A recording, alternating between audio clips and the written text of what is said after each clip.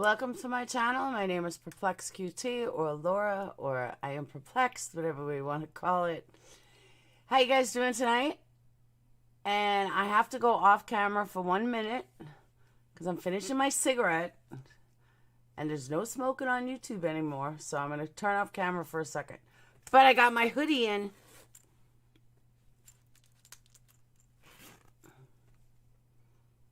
I'll show it to you guys in a minute.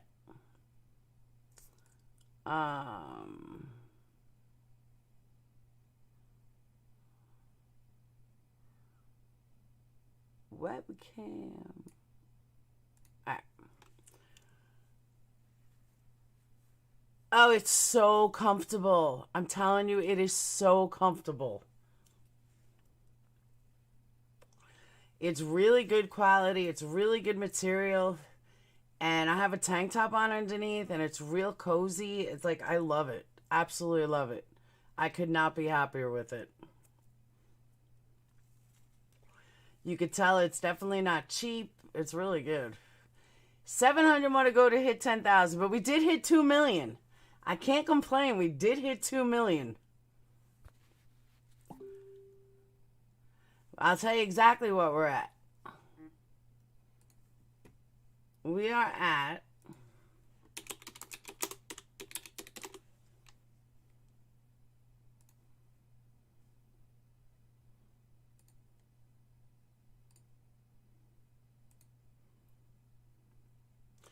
$2,002,006. 2,002,206. So we're getting there. We are getting there. It's taking a little time, but we'll get there. So, what's this? What's what? What's up, Mark? Alright. We'll get there. Eventually. What's up, Caslin? Alright, so let me do it all up so you guys can see. That's the front. It's got the fuck you sign. And then this is one sleeve. And then that's the other sleeve. It's got fluffer on it. And then the back just has PurplexedQT.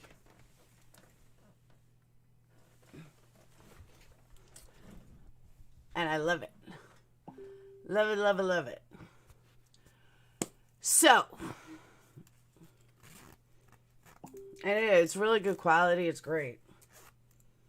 It is. It's really nice. The only thing it needs is thumbs. You know, some sweatshirts have thumbs. You can put your thumbs in. But I do. I really like it. I'm not, like, kidding. So, everybody's kind of wondering. Oh, first I want to say Terry Habs wrote me. Really appreciates the level of comfort that he got when he was here. He really appreciated that everyone was really nice to him. And he definitely will come back. And he just wanted to say thank you. It actually went better than he thought.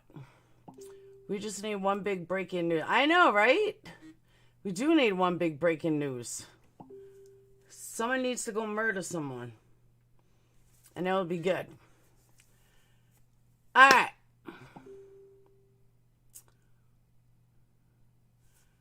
My husband is putting our business online.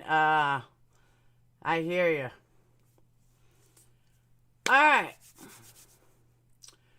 So let's get into this crime. What's up, Debbie? This crime, alright, let me just say, I'm usually not into old crimes. If I ever had to pick a crime out of a hat, this would not be it. But it's very interesting. I'm not into 1800 crimes. But I think that's what makes this case so interesting. Hold on, let me shut down Facebook. So you don't have that beep, beep, beep. What makes this crime so intense is because it was the 1800s. And it's Where's Facebook coming from? I just shut it down. It's creeping somewhere. Well, it's not on there.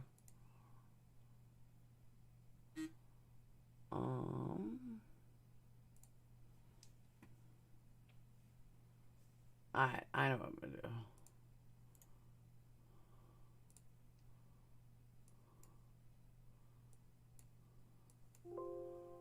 Alright. Fixed. So that's why a lot excuse me. That's why a lot of you guys haven't even heard of this crime. I didn't hear about it either. What's up, Sassamar? That's true. So here's a little background of the murders. The year was 1895. Cordelia Botkin met John Preston Dunning while he was bicycling in San Francisco's Golden Gate Park. She was 41, 9 years his senior. Both of them were married. John Dunning was smitten with her. Dunning was a highly regarded reporter from the Associated Press, having completed overseas assignments in Samoa and Chile. He had been promoted to superintendent of the Associated Press Western Division Bureau in San Francisco. So Dunning had been stationed on Samoa in 1889 when the island had been the scene of a naval confrontation between the U.S., Great Britain, and the Imperial Germany over the reigning monarch in Samoa. There was a division of sentiment by the local chiefs between at least 3 possible successors. There was a strong possibility of a war breaking out, but a typhoon hit the island, sinking most of the German and American warships. The sole British ship, which was the HMS Calliope, managed to get sea and ride out the storm. So Dunning's account of the naval disaster and its consequences were considered first-rate reporting at that time and was frequently reported. So in 1896, Dunning's religious wife, Mary Elizabeth Dunning, obviously upset by her husband's marital indiscretion, so he was cheating on her, left him and returned with their little daughter to Dover, Delaware, to the home of her father, former Congressman John B. Pennington. By then, Botkin had become Dunning's lover and constant companion. Botkin was estranged from her own husband, who was a grain broker in Stockton, California, but he supported her with regular remittance. Dunning was a heavy drinker, was fired by the Associated Press when it was discovered that he embezzled $4,000 in office funds to pay his gambling debts. Now think about that for a second. The year is 1897, and he embezzled $4,000. That's probably equivalent to like $1 million today. $4,000 in 1897. So he had been fired. He was let go by the newspapers in Salt Lake City and San Francisco because of his habitual drunkenness, and he moved into Botkin's hotel. Thank you, heart-shaped box, even with talking about murder. The affair lasted almost 3 years, but ended when Dunning was rehired in March of 1898 as the agency's lead reporter for what would become the Spanish-American War. When he left San Francisco, he told a weeping Botkin that he would not return. He reconciled with his wife before leaving for Cuba, where he helped save survivors of the Spanish battleships that were sunk at the Battle of Santiago de Cuba on July 2nd of 1898. Unfortunately for him, his own work as a reporter was overshadowed by the more impressive reports sent from Cuba by Stephen Crane and Richard Davis. So that's kind of a little background of how this all started, where they met, how they met. So now let's get into the murders. So Cordelia had sent anonymous letters to Mrs. Dunning because she was pissed. She wanted her man back, detailing her husband's affairs. On August 9th of 1898, Mrs. Dunning opened up a box of candies addressed to her and her sister in Dover, Delaware. It was only said, "With love to yourself and baby." Passionately fond of candy, according to her husband, Dunning took at least 3 pieces herself and shared the rest with others on the porch of her father's home. After 2 days of agony, the 35-year-old Mrs. Dunning and her oldest sister, 44-year-old Ida Dean, died from arsenic poisoning. 4 others who had sampled the chocolate survived. Elizabeth Dunning's father noted familiar handwriting on both the note and saw that it matched the fawning letters that he kept in a drawer. Police traced the candy to a shop in San Francisco, and from there to the very, very bitter Mrs. Cordelia Botkin.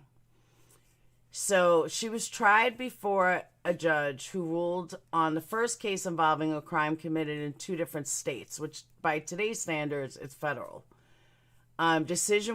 Which was never reviewed by the United States Supreme Court.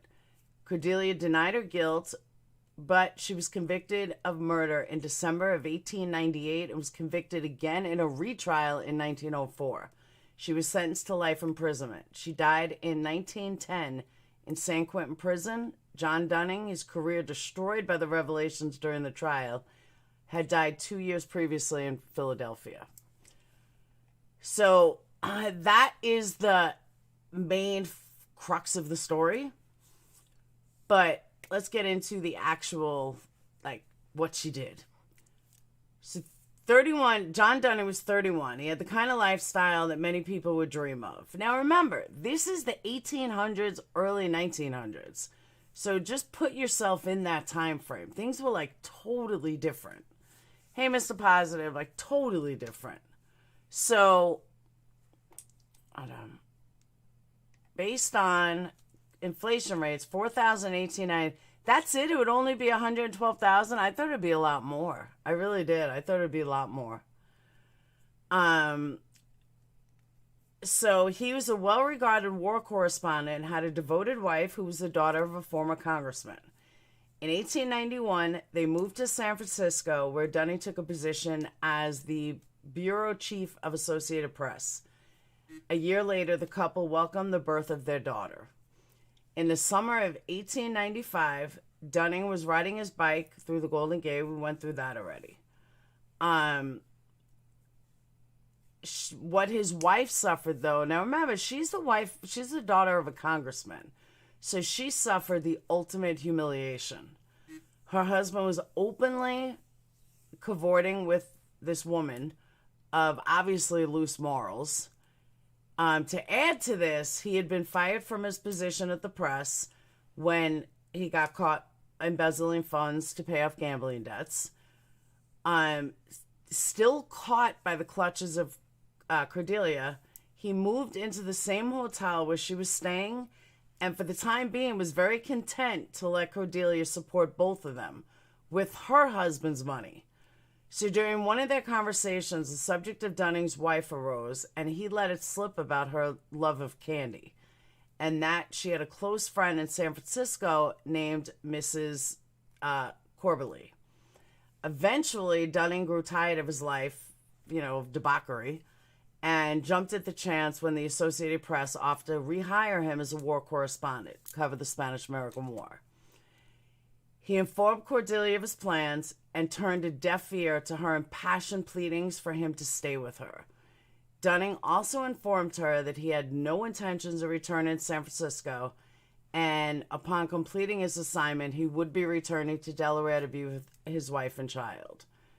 So she kept receiving letters that were signed by a friend, postmarked San Francisco. They informed her that her husband was still constantly seen in the company of an attractive woman and warned Mary Elizabeth not to reconcile with her husband.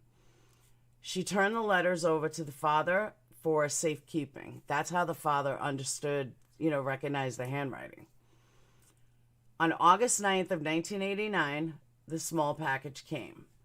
So later that evening, on the night of August 9th,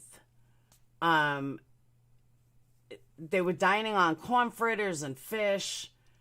They retired to the veranda in an effort to cool off from summer heat. Thinking the chocolates were from a friend, Miss Corbally, from San Francisco, Mary Elizabeth had no reservations about eating it, and she loved chocolate.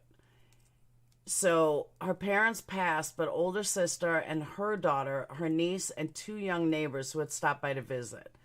Hours later, all six of the unfortunate people who ate the candy experienced stomach pains and vomiting. The doctor came to examine them, diagnosed the illness as chlorea morbus, which is a common ailment due to lack of refrigeration, because they don't have the luxuries that we have today. He claimed it was probably from the corn fritters they ate at dinner. Problem with that theory was that the two neighbors had not eaten the fritters. Nonetheless, everyone eventually recovered, with the exception of Mary Elizabeth and her sister. Having eaten the bulk of the candy, they progressed to severe stomach spasms, and their father called in a specialist, whose grim suspicion spelled doom for the two women. He feared that they had been poisoned, and by then it was too late to save them. Mary Elizabeth and her sister died a day later. Mr. Pennington began to suspect that his daughter had been poisoned by the candy and that he had uneaten candy analyzed. The chemist reported that a few of the chocolates had indeed been tainted with arsenic. Elizabeth's father dispatched a telegram to John Dunning informing him of the death of his beloved wife. When he reached the home of Mr. Pennington, Mary's father, he was immediately shown the letter and handwritten note that accompanied the box of chocolates. It took only one brief glance for him to instantly recognize the handwriting. There was no doubt that the identity of the writer was in his mind. He broke down and told Mr. Pennington the details of the world affair with Cordelia Botkin. So, can you imagine? What's up, Nadia G123? I would have poisoned my husband and found myself another dude. But think about that, though. Like, just, this is 1895. And think about, like, how real life it is. Like, how real it is today. Having an affair, embezzling money. It's like some things just never change. Embezzling money, thousands of dollars, living off some chick at a hotel that you're having an affair with, embarrassing your wife. Like, it's so many elements of, like, that you could think of today. Like, I just don't think of people in the 1800s living like that. Maybe it's just me. I just don't see them living like that. I see, like, not having affairs and just doing the right thing. And I don't know. I guess I just don't think people could be that awful. Have you tried the mint Kit Kat bar? No. Betty, what's her name? Button. Yeah, right? That was her name. Betty. So the Dover police were contacted and they referred to the case to San Francisco since the candies were sent from there. The remaining candy, the paper it was wrapped in, and the handkerchief were sent to San Francisco custody of Dover police. Imagine this is the time of Jack the Ripper. That's true. San Francisco police chief Isaiah Less spearheaded the case against Cordelia and immediately set to work building the evidence against her. The sensationalism story was soon front page news, and the Examiner assisted the police with the investigation. The paper that was used to wrap the candy was traced back to George Haas Confectionery, where the clerk recalled selling the chocolate bonbons to a woman fitting Cordelia's physical description. The price tag on the handkerchief led directly to the City of Paris department store. Clerk who remembered selling arsenic to a woman who resembled Cordelia was eventually located at the Owl drugstore. Finally, Les had the note that accompanied the chocolates and the anonymous letter sent to Mary Elizabeth, analyzed by a handwriting expert, and conclusively matched them to samples of Cordelia. Now think about that for a second. They don't have any technology that we have today. They don't even have technology they would have had in the 60s. So they went on handwriting experts and handwriting analysis. And, today, handwriting analysis is the least one that is most important. because anybody can change the handwriting. You know, it depends what hand you write with, so it's really not the least of how they're going to do it. And back then, it was like the most, that's all they had.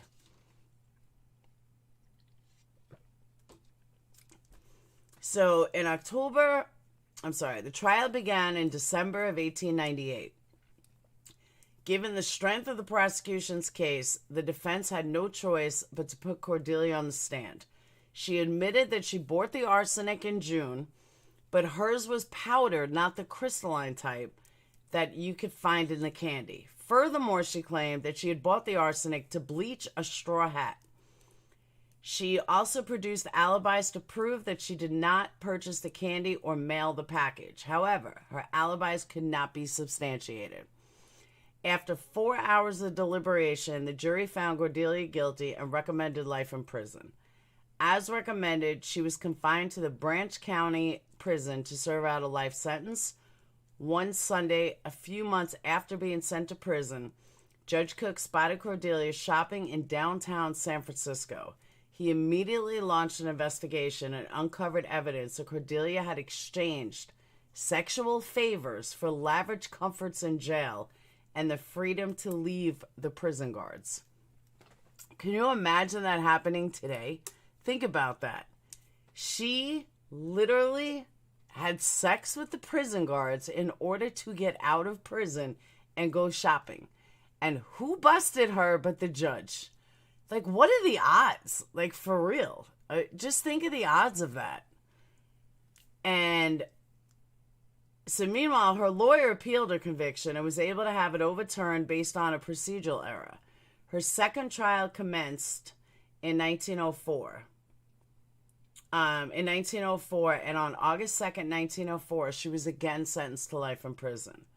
She was transferred to San Quentin State Prison, where she remained until her death on March 7th of 1910. The official cause of death was softening of the brain due to melancholy. She was 56 years old. Crazy. Just crazy.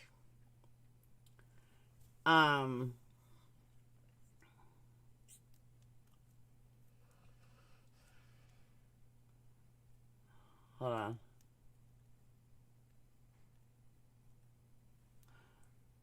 It's a Canadian show. Why are you talking about Canadian shows? That's not a bad trade? No, I don't think so either. Yeah, softening of the brain due to melancholy. But she was only 56. But can you imagine that happening today? Like, yeah, you could just go get out of jail and you're going to get busted by the judge. I mean, that's crazy.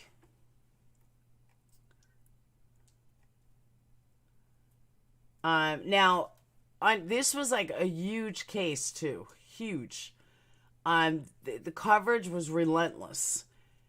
And the press meant that the public knew what to expect when the trial finally began on December 6th. Like the members of a TV audience, well primed before the official statement of a president, the people of San Francisco turned their attention towards the courthouse.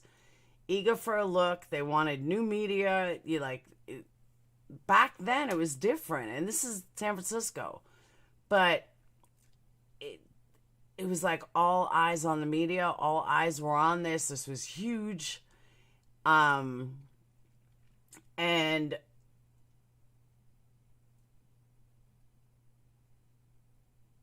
all of a sudden they were like celebrities.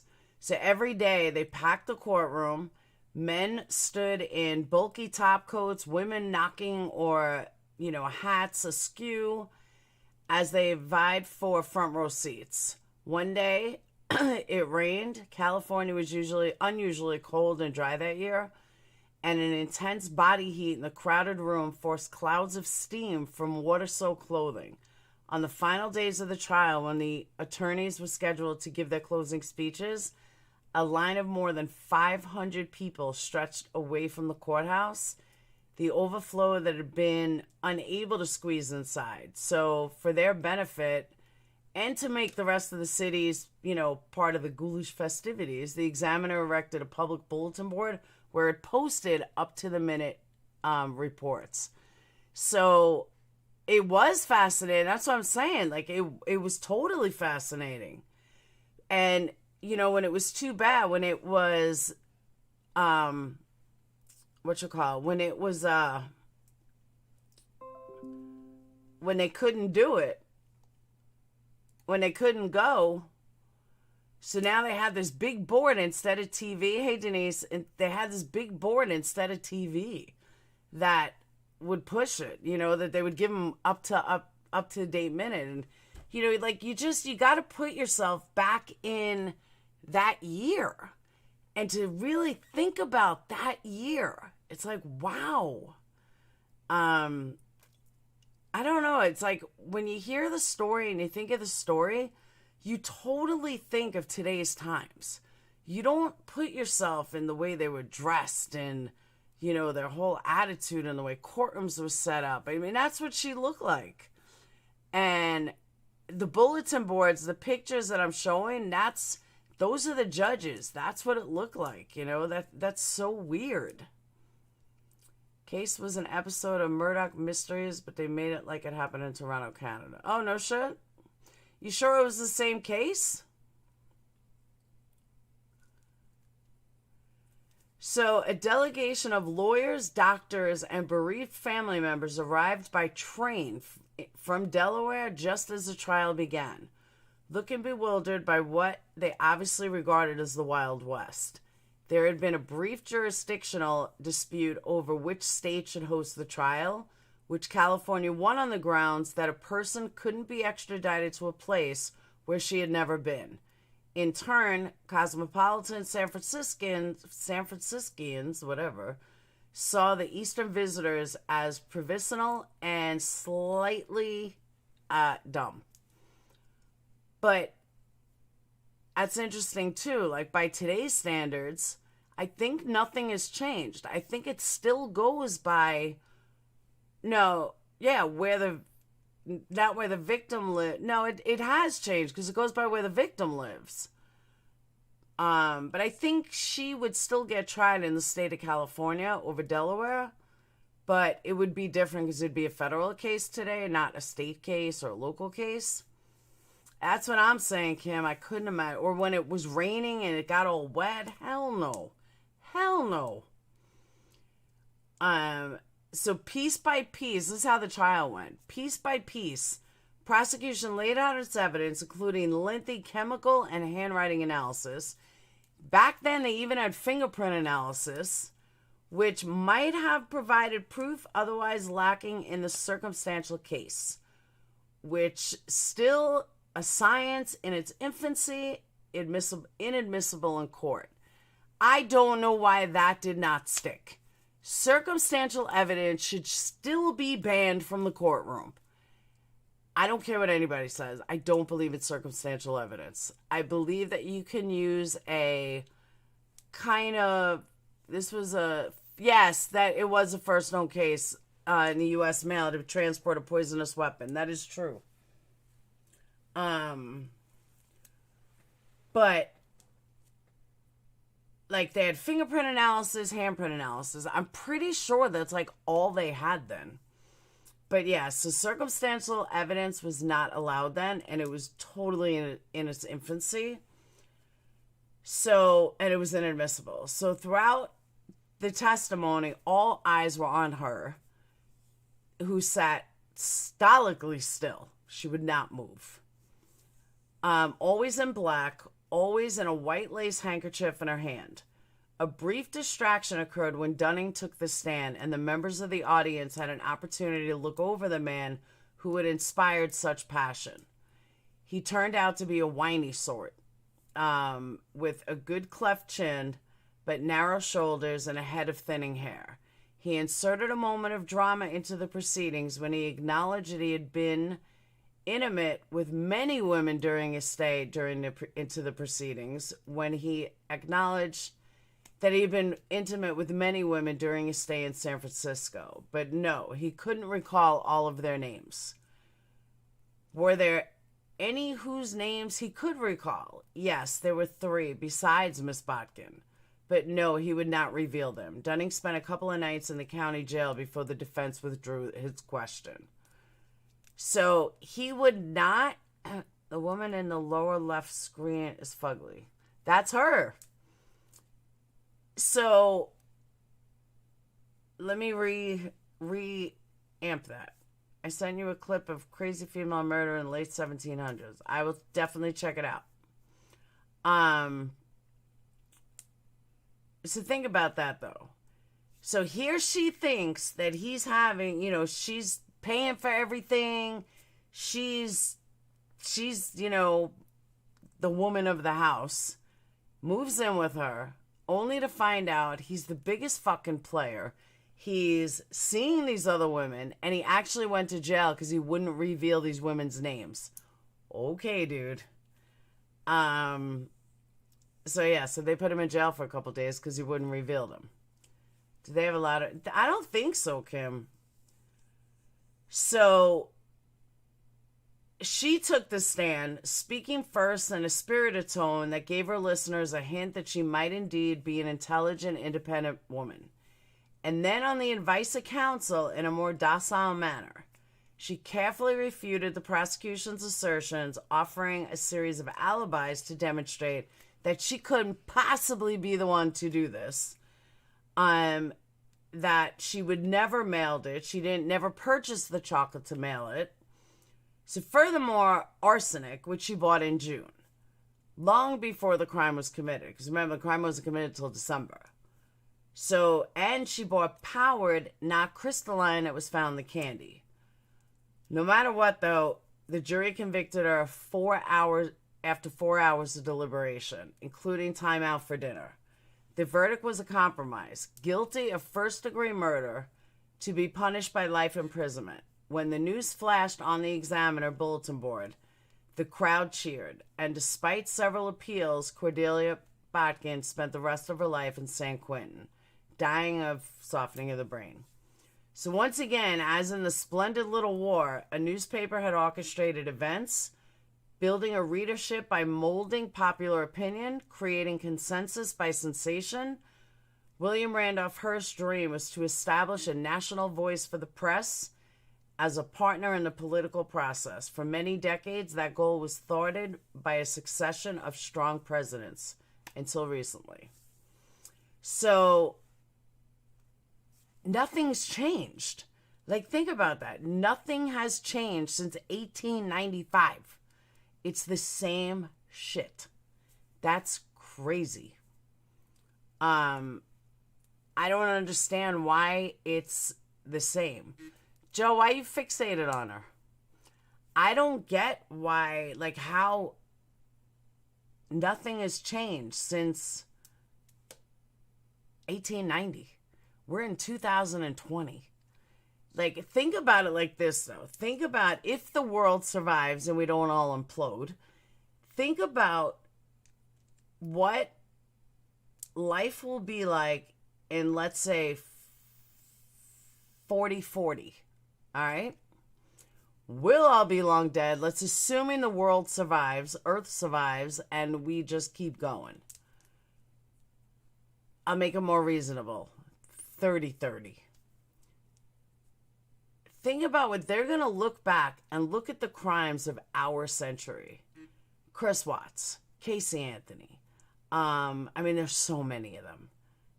Think about how people are going to think then. How people are going to look back and be like, wow, that was crazy. Like, just like we are now. It is going to be like the Jetsons. I agree, Kim. And I'd sit there and I try to think to myself, I wonder what the world will be like, what they'll think of us, the way we look at, like, the 1800s. Like, oh, the 2000s, 2020. And so many people missing, so many murders, so many, like, changes. We actually drove cars. We actually rode bicycles. I don't think by 30-30 they're going to be riding bicycles. I think the whole world is going to be like a futuristic, everything is going to be one press, like just totally different. And I really do. I wonder what they're going to find in the world does get more introverted. It'd still be gone in 3030. I'll still be, me too. But think about it though. Like, there's just another 2,000 years. It's amazing to think what they're going to look back and what history is now. And, you know, I would love a time travel. But I'll tell you, you know where the time travel came from? Dark is on again. So you guys know I've been pushing it. And I watched some of the first episode today at work in between calls. And it looks so good. I can't wait to finish watching it. I was going to cancel you guys tonight to finish watching it, but I can't. I promised you guys, and I had to pull through. But yeah, it's such a good show. But I don't get caught up, like, you know, if you never saw it, it's on Netflix. It is fucking amazing. And especially if you're into time travel. It was easier back then. You watch it on Netflix. And let me just say, and I've promoted this before, it is the best series Netflix has ever put out. Ever. There's not a series better than it. But it's deep. Like, you really need to pay attention to it. It's not one of these shows you can watch, like, while cleaning or talking to the kids. Like, it's a show that you need to concentrate on. And it's just not disappointing. Every single episode of every single show in every single season is amazing. I watched each episode 3 times. That's what my mom said. My mom said that, she's like, you know, Dark is back on. I said, I know, I haven't had a chance to watch it yet. She's like, I feel like I need to go watch the last season so I can catch up. For some reason, I kind of remember it, but I'm only in the first episode. But yeah, it is like the best. What is it? Sorry, Dark. The best show I've seen so far is no way. Oh, I've been promoting Dark for a while. We haven't learned anything. Oh, you watch it, Heart Shape Box? I absolutely love it. It is one of the best shows that I've ever seen. Ever. Like, in my life. And I'm so mad that it's going to be over. It is exceptional. I'm so mad it's going to be over. This is it. They're cutting it now. Final season. So it just kicked in when I thought time travel. We suck, but I know that we haven't learned anything from the 1800s. So many things, nothing's changed. It's so weird. Hey, Goldie, it's so weird. Just nothing's changed. Men are still men, way better than Black Mirror. But it's very deep and it's very dark and it's very confusing if you don't pay attention. You just have to pay attention to it. You can't skip it. Like, you just have to pay attention. Or you're going to miss it. You're going to miss who's who. Or, you know, it's very complicated. The idea off the family has changed. What do you mean, the idea off the family? Black Mirror is great too, but Dark is amazing. And like I said, it's just one of those shows you can't watch, like, half-assed. Like, you just have to sit in front of your TV or in front of your computer and watch it. Or, like, lay in bed and watch it.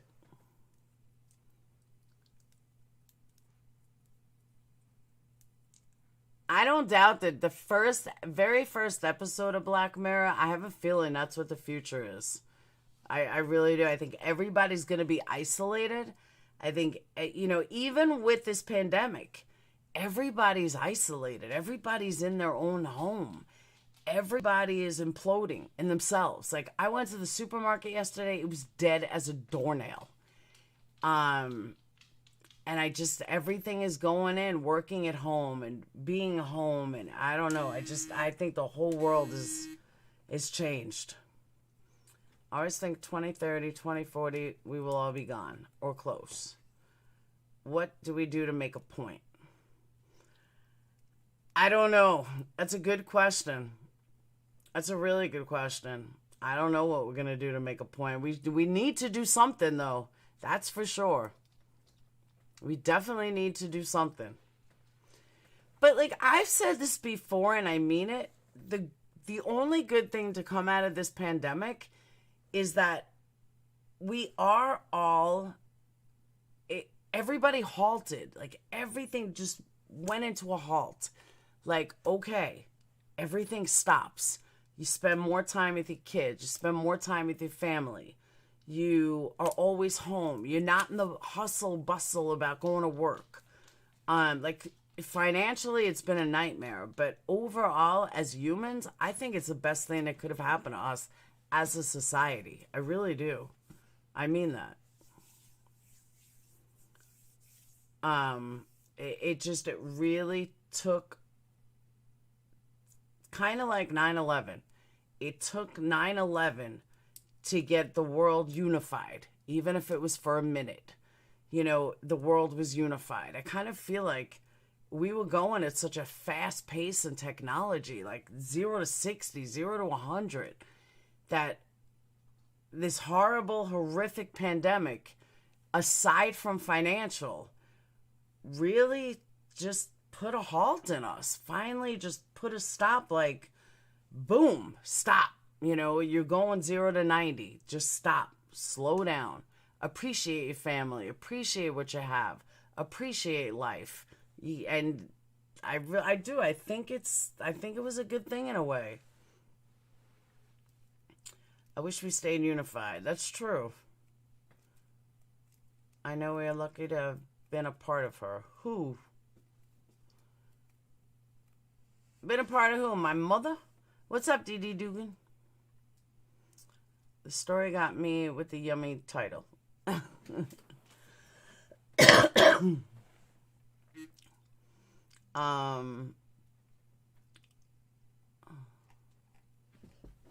Oh. It's been over a year. Now, yeah, it's been about a year. Almost a year. Coming up on a year. Ask Laura who I am. You won't be shook. It's all good. Oh. Let's just say, Capone, you know her. I'm not going to say it live. Unless she says I can. That's what I'm saying, like, hounds. Forget the... See, the pandemic has taught me I have too much stuff. That's a problem I don't have. I definitely don't have too much stuff. But I did make an investment today. I had two choices. And I went with the second choice. Because I'm a dork. No, not Barbie. I'll give you a hint. She was in my live earlier. That's my hint. I think it's my son's pick before he got surgery. It was a lot for him. Aw. This year taught me I didn't need a planner for 2020. Good point. Excellent point.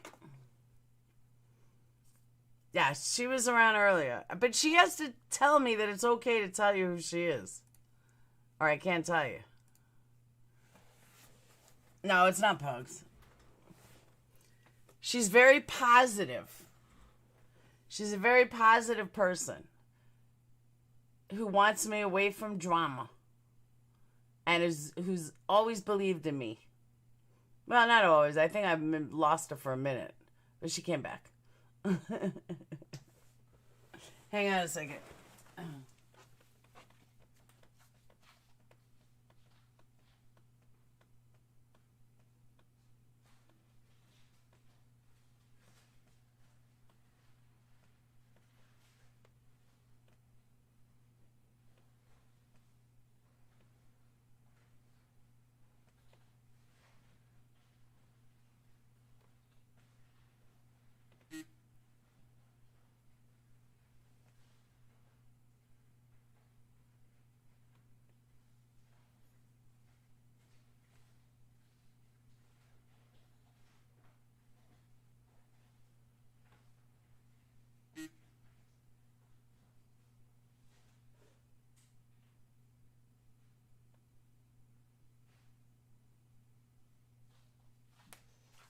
Whoops. Looks like I have to go to the store. I don't have any cigarettes left. That's not good. I gotta be missing a pack. I'm missing a pack somewhere.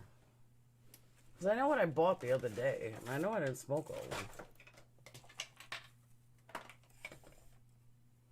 Wow, I have no cigarettes. There's another pack somewhere. I know it.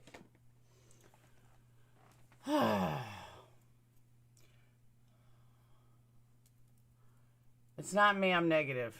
That's true. No, you're not negative, Nadia. I bought 3 packs 2 days ago. I know I have another pack. I know what I smoke. Yeah, I'm going to have to go to the car. I'm going to have to go to the store. Fuck. I am going to check the car. But I also, you know what I bought? I don't pray to St. Anthony. But you know what else? I bought something from Best Buy, a car, you know, a mount. I can't find it. I have no idea where it went. Thank you, Hounds. So yeah, so that's the Botkin case. I mean, there's really not a lot more to it. But that was like the whole gist of it.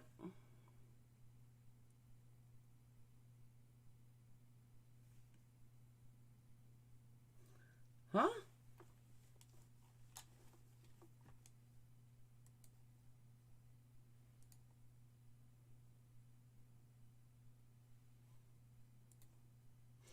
Hang on.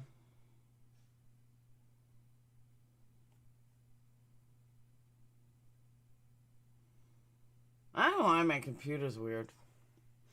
Pick up some of those cherry blunts. What's cherry blunt?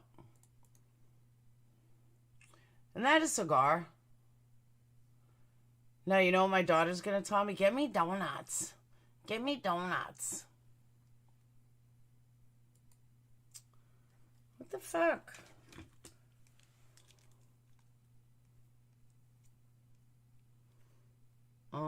Every time I go to the store, she wants donuts. I'm just leaving my other channel behind for company reasons. Everyone will be disappointed. Do you want me to tell Capone? There's no point. Oh, I gotcha.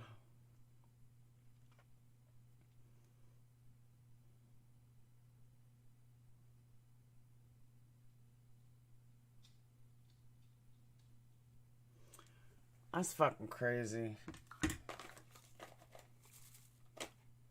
I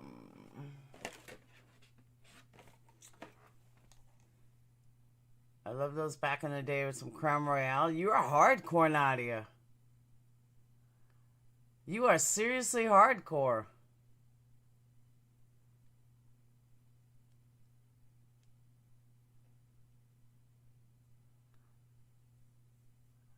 No, not Big Smoke. Capone, if you email me, I'll tell you. I don't want to say it publicly. Because then that defeats the whole purpose. Thank you, heart-shaped box.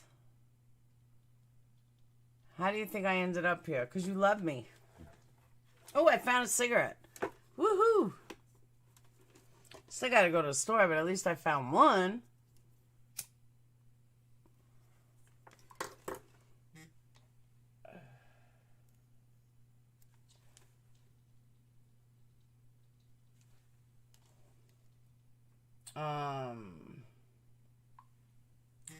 Hey, Millbilly.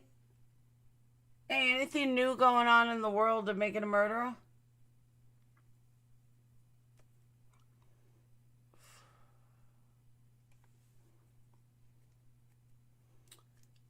And Badger says he wants to come on your panel. Badger can come on my panel. He's been on my panel before. So tomorrow night, I want you guys to know, tomorrow night is a big one. Tomorrow night is Casey Anthony. I have tried multiple times to get her to come on for an interview, and she's denied me every time. Meaning she doesn't answer. Bonnie, you know who she is. I'll email you, Bonnie. I'll tell you. It's Avery's birthday. That I know. But, yeah, tomorrow night's Casey Anthony, and I think you guys are going to be quite surprised.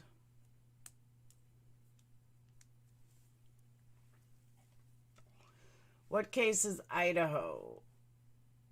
I'll tell you in a minute. Alright, we have Casey Anthony next. And then Georgia's the Atlanta child murders. Idaho is George Duncan, the third.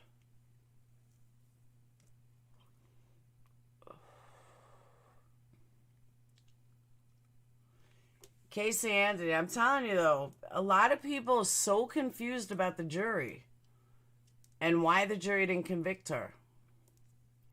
Now we have Lori Vallow and Chad Daybell. That's true too.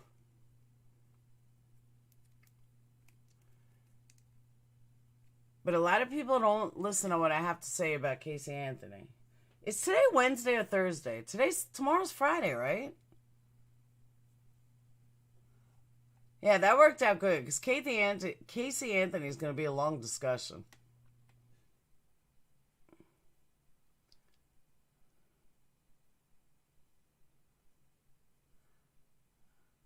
How about the highway murders? Yeah, you know what? I was just watching something on that today.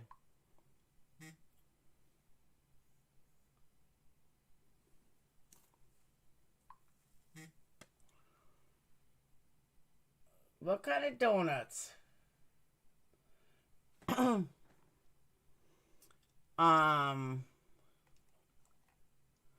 Dunkin' Donuts. And then Illinois is John Wayne Gacy. And then the Iowa I'm excited about. I may even drive over there and see what I can find. Because I'll only be about 30 minutes from there. Yeah, tomorrow's going to be really good.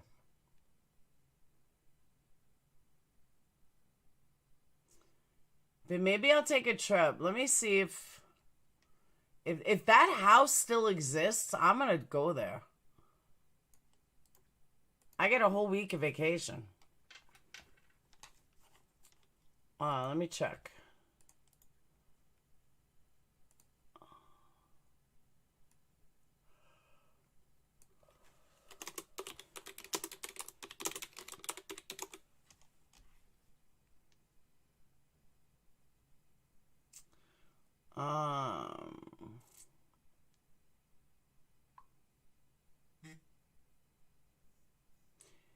Oh, you can. You can walk through it.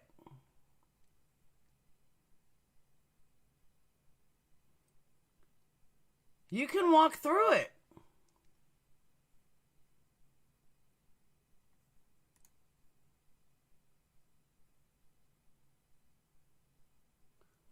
Yeah, let me screenshot this. You guys see it. I've lost hope, heart-shaped box.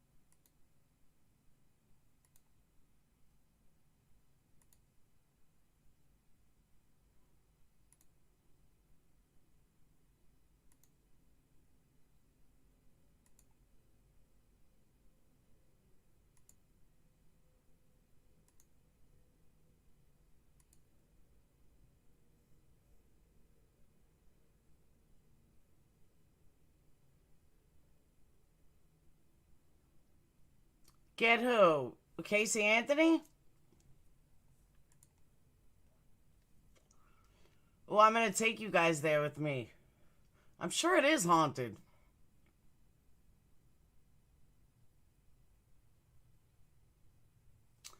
Oh, you know what? I forgot about that.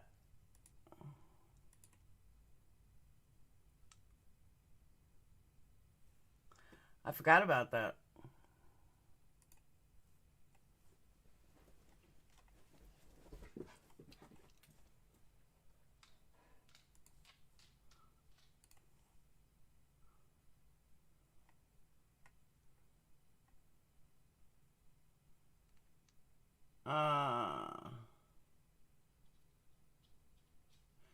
Admission is $10.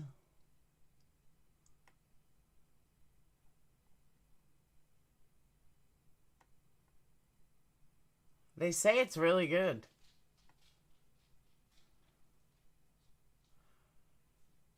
Capone, there's no way. No way.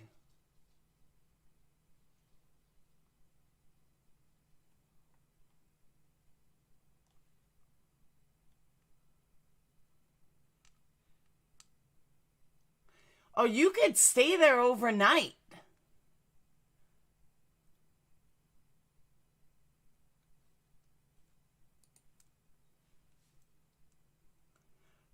$75. No, $428 for groups of 1 to 6 to stay overnight. No thanks.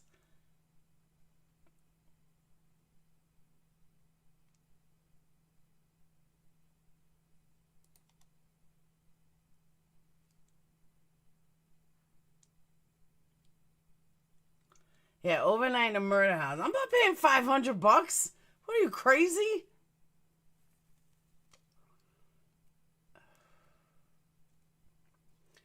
So, individual daytime tours of the house, $10. You'll come as well. Still. No way, no how. I would not spend $500. Even if somebody else paid, I wouldn't spend $500. I'll definitely do a day tour, though.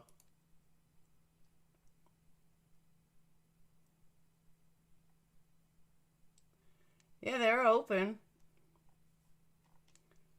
Leased overnight. Leased overnight. They make a lot of money.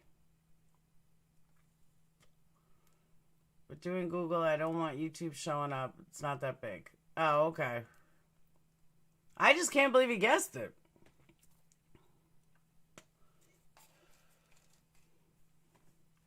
Yeah, it's opened. Look. Leased overnight, leased overnight. Yeah, every day somebody's staying there.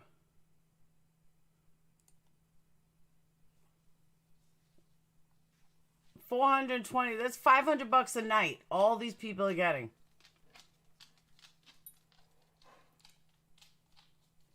Well, they even tell you how these people paid.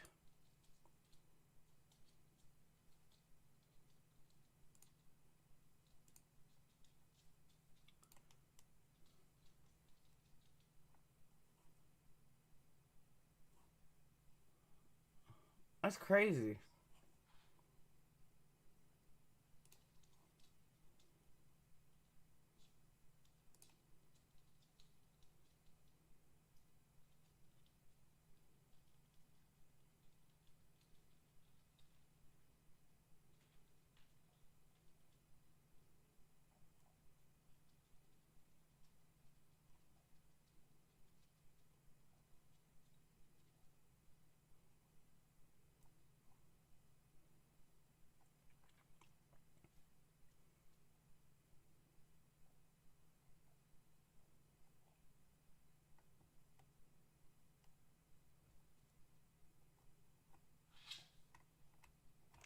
It'll be cool, though.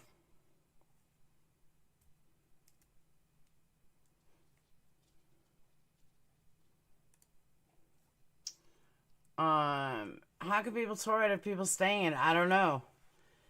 Yeah, you get a night for $500. One night.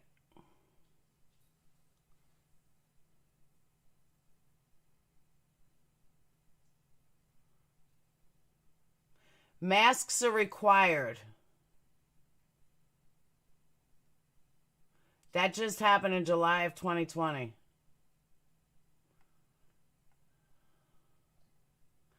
They're saying they treat you like shit, though. They said the owner treats you like shit.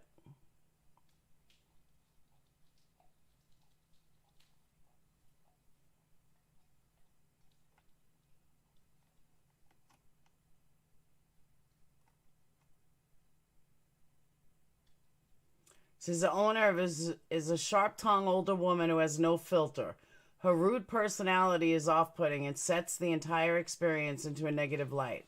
The house is poorly set up and the $10 paid is a waste, as there is no guide explaining the entire house. It could be so much. I would recommend to not waste your time. It is not scary. It is poorly furnished.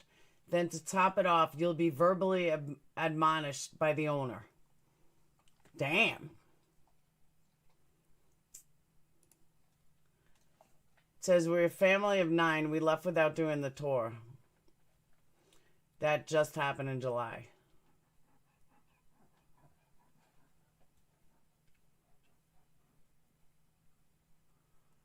Told us a 1-hour wait. Masks are required. Generally was disagreeable and did want to do a tour.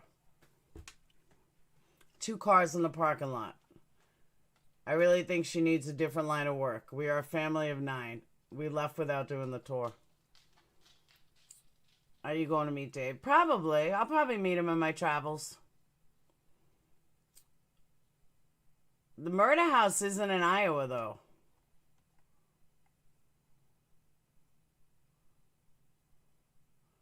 $1912. Maybe they live there and they're like haunted. Yeah, it's $500 for one night. I'll take Dayton with me.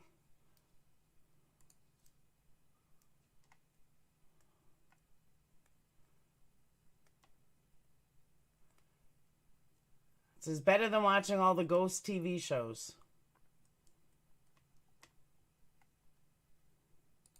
Maybe they just had a bad day.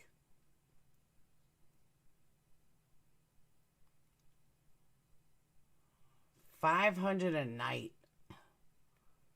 Someone went in with an axe and killed everyone in the house, even a tiny baby in a crib. Well, I'm not going to give you the whole story of it. But 8 people were murdered in the night, bludgeoned to death in their beds with the blunt end of an axe. Whoops.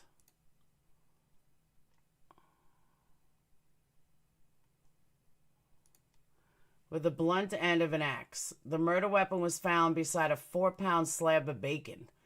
Reverend George Luckin Kelly fell under suspicion under the brutal murders when he boarded a train west the morning after the murders and allegedly announced to his fellow travelers that an entire family back home was butchered in their beds. Only at that point the bodies had not been discovered. Kelly confessed but recanted the confession at trial. He was acquitted and no one else was ever tried. You going to Vegas? That's cool.